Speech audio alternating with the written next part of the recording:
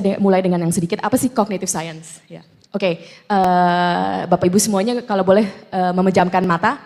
Ayo memejamkan mata semuanya, kecuali saya, Pak Menko juga.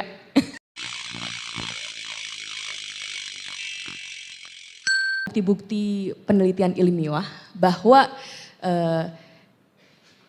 kebersamaan, maksudnya bersama-sama di dalam acara yang yang tidak formal, itu menjadi suatu tempat atau wadah sehingga orang-orang yang bekerja di dalam satu institusi itu bisa menjalin kebersamaan sehingga akan lebih efisien untuk bekerja samanya. Ya. Jadi ini sangat luar biasa. Bahkan saya lihat dari style duduknya ya. Saya juga harapnya tadinya bisa duduk di bawah juga nggak apa-apa Pak Menko. Kan ini kan sungguh duduknya santai gitu. Jadi berbeda sekali kalau ada dampaknya kalau duduknya di kursi di atas dan duduk lesehan begini. Ternyata ada dampaknya juga terhadap pemikiran kita tentang bagaimana kita bekerja bersama di suatu institusi. Itu setiap perilaku manusia, setiap kegiatan-kegiatan yang ada itu ada dampaknya terhadap pemikiran kita di otak. Itu memang ilmunya cognitive science gitu. Mungkin saya mulai dengan yang sedikit, apa sih cognitive science? Ya. Oke, Bapak Ibu semuanya kalau boleh memejamkan mata. Ayo memejamkan mata semuanya, kecuali saya, Pak Menko juga. Pejamkan mata. Oh, pejamkan mata. Iya. Pejamkan mata. Oke. Oke. Apa yang ada di ruangan ini? Ayo sebutkan. Oke, Pak Menko, Prof Stella, apalagi? Bendera. Foto-foto. Ada meja. Kursi, oke, boleh buka matanya. Ada beberapa yang sudah disebutkan ya, tetapi ada banyak sekali yang belum disebutkan, ya kan? Misalnya proyektor, TV, di sini ada balok ruang, ada jendela, ada juga mungkin ada juga seperti layar, dinding, ada lampu, tapi itu tidak disebutkan. Nah, itulah yang menjadi pertanyaan seorang cognitive scientist seperti saya. Di dunia ini begitu banyak informasi, jadi setiap bahkan per 1000 milisecond ini selalu ada informasi yang masuk ke dalam otak kita melalui 5 indera kita. Itu menarik indera penglihatan, indera perasaan, indera penciuman, indera perasaan dan indera penyentuhan. Seluruh yang masuk itu ke dalam indera kita, tetapi tidak semua yang masuk lewat indera kita itu diolah sehingga itu semuanya dilihat atau dirasakan atau dicium atau didengar dan kita ingat di dalam otak kita.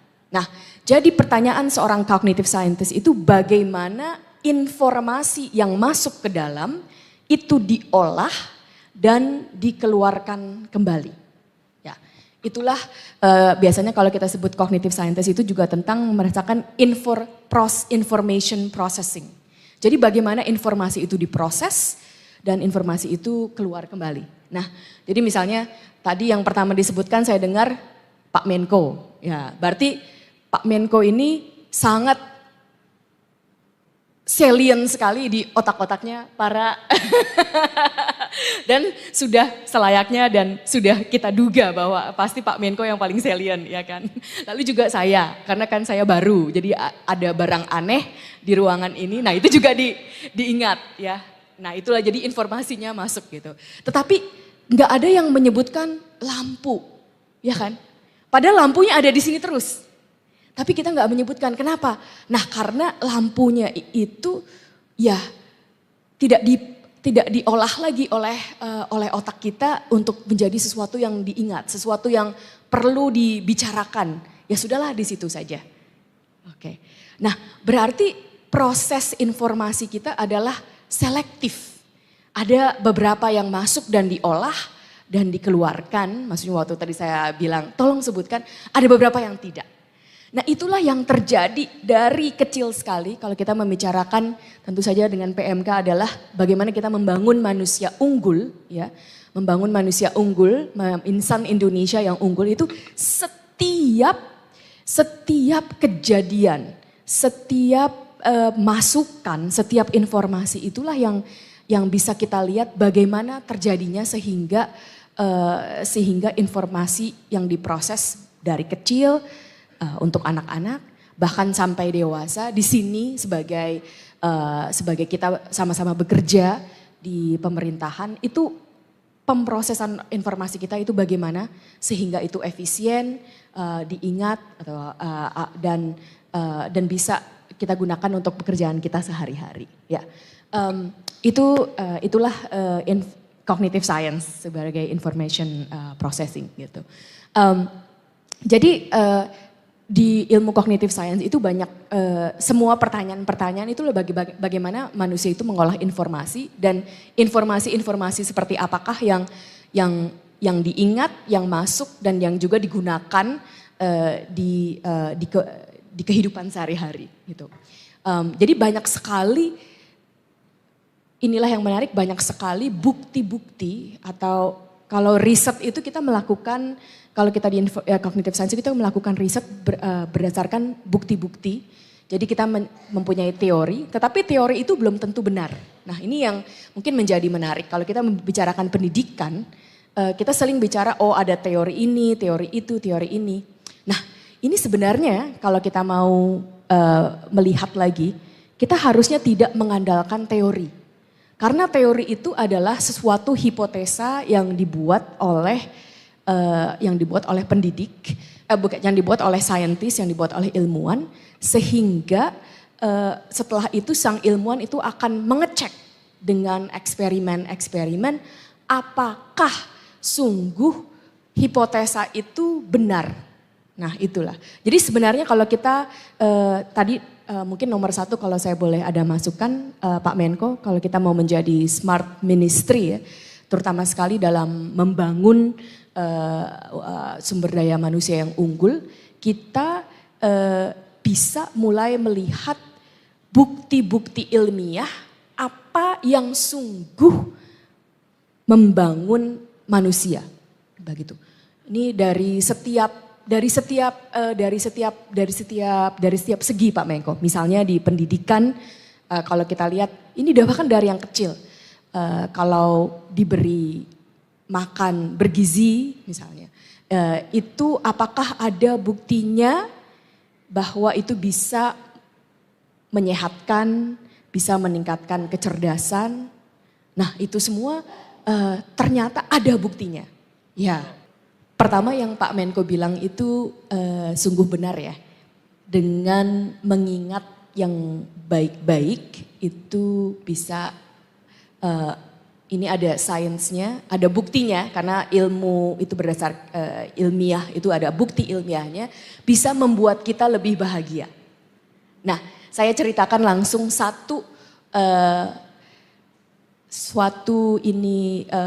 studi ilmiah yang dilakukan, eksperimen yang dilakukan, ini sekaligus menceritakan bahwa memang ada bukti ilmiahnya, bahwa mengingat yang baik-baik itu bagus, dan juga ada caranya. Tadi kan Pak Menko minta caranya, ya oke. Nah di studi ini menarik, di studi ini dilakukan oleh seorang ilmuwan, dia menanyakan pertanyaan yang tadi Pak Menko tanya, bagaimana caranya supaya kita bisa lebih banyak mengingat yang baik-baik. Dan kedua dia menanyakan teori, pertama itu masih teori ya, jadi belum terbukti waktu itu sebelumnya teori, apakah dengan mengingat yang lebih banyak mengingat yang baik-baik, itu kita akan menjadi lebih bahagia. Oke. Jadi yang terjadi di studi ini, pertama diukur dulu kebahagiaannya. Ukurnya mudah, setiap orang diberikan seperti kuis dan cuman bilang aja terhadap hidupmu yang sekarang kamu merasa puas dari 1 sampai 7 di mana letak kepuasanmu begitu. Terserah berdasarkan pandangan diri sendiri. Ya. Oke. Nah, ini jadi sebelum. Nah, Pertama begitu, terus semuanya memberikan skor berdasarkan masing-masing. Setelah itu, seluruh orang-orang yang berpartisipasi dibagi menjadi 2 grup. Satu grup diberikan tugas selama seminggu mencatat di buku harian ya segala sesuatu yang teringat gitu. Terserah. Nah, waktu yang grup satu lagi selama seminggu diminta mencatat hanya yang bagus-bagus tetapi hal yang kecil. Misalnya hari ini saya dikasih air minum dan air minum dituangkan oleh Pak Menko langsung. Nah, itu kan luar biasa ya. Masa Pak Menko-nya nuangin buat saya gitu kan. Nah itu dicatat. Waduh senang ya gitu. Kemarin ya saya wah hari ini pagi ini wah bersyukur walaupun baju putihnya belum selesai tapi laundry yang lain sudah selesai. Nah itu seperti yang kecil-kecil gitu dicatat. Nah tapi waktu mencatatnya dan jumlah catatannya persis sama antara grup yang terserah dan grup yang hanya baik-baik saja. Dan terutama sekali yang baik-baik saja hal-hal kecil. Bukannya, oh hari ini saya naik gaji. Enggak, belum ya. Belum ada pengumuman dari Pak Menko. Bukan yang besar-besar, cuman yang kecil-kecil saja ya. Ya, kecil-kecil saja. Setelah seminggu, kembali dikasih lagi kuis itu. Dikasih lagi kuis, silahkan ya. Dikasih lagi kuis, silahkan melihat, silahkan sekarang mengukur kebahagiaan Anda atau kepuasan Anda terhadap hidup persis sama kayak kuis sebelumnya 1 sampai 5. Yang menariknya ada perbedaan rata-rata kebahagiaan di antara 2 grup itu. Jadi sebelumnya 2 grup ini sama, ada yang sangat bahagia, ada yang tidak terlalu bahagia terus bercampur-campur kan. Rata-ratanya sama, katakanlah rata-ratanya 3. Tetapi setelah ada 2 cara ini, satu mencatat jurnal semuanya terserah, satu lagi hanya yang baik-baik, ada perbedaan. Yang mencatat hanya yang baik-baik itu lebih bahagia daripada yang mencatat semuanya. Nah, jadi kalau saya bisa menjawab langsung berdasarkan bukti ilmiah, karena kita semuanya itu sering lupa, kalau kita ada kebiasaan untuk mengingat, mungkin dengan mencatat atau mungkin dengan dibicarakan mungkin ke rumah, ke istri atau ke suami atau bahkan ke anak. Wah tadi ada hal apa yang baik yang terjadi di hidup saya. Itu bisa membantu kita mengingat yang baik-baik. Dan penting sekali dalam studi ini juga dilihat bahwa sebenarnya yang membuat kita bahagia itu adalah akumulasi dari hal-hal yang kecil. Ya, dari hal-hal yang kecil yang membawa kebahagiaan dan membawa kebaikan. Bahkan juga ada studi lain nih Pak Menko, bahwa hal-hal yang besar, misalnya kita pikirkan oh saya kalau nanti suatu saat punya rumah yang bagaimana gitu. Itu ternyata ada yang namanya happiness treadmill. Jadi happiness treadmill itu ini ada sainsnya yang sangat banyak. Kita memikirkan oh nanti kalau saya sudah punya ini saya akan bahagia sekali.